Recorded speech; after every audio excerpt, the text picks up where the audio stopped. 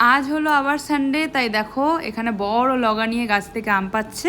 Actually এই যে আম পাড়ছিল সেই কিছুদিন আগে এই গাছে উঠে অনেকগুলো আম পেড়েছিল, বাট এই থোকাটা সামহাও মিস হয়ে গেছে। তো বলেছিল যখন হালকা হলুদ হয়ে যাবে তখন আমটা পাড়া, তাই জন্য আজকে আমি পাড়া হবে। দুজন অলরেডি দেখো চাদর ধরে এরকম দাঁড়িয়েছে যাতে আমটা নিচে পড়ে ডিরেক্টলি না ফাটে। আর এই হলো সেই থোকাটা আমে, বাড়ির উল্টো দিকে এই জমিটা যেখানে বড় একটা হিমসাগর গাছ আছে আর একটা আছে মাদ্রাসি আম গাছ। আমগুলো তো একটাও কাপড়ের মধ্যে পড়লো না, মোটামুটি নিচেই পড়েছে। আর ফাইনালি দেখো একটাই ডাটিয়ালা পড়েছে, দেখে তো আমি প্রচণ্ড খুশি। আর এর মধ্যে কয়েকটা ঢিল দিয়েও পাড়া হয়েছে। এখানে সবাই আমরা ওয়েট করছি কখন সব আমগুলো পাড়া হবে। একজন দেখো একটা বাড়ির ছাদের উপর উঠে গেছে লগা নিয়ে আম পাড়ার জন্য।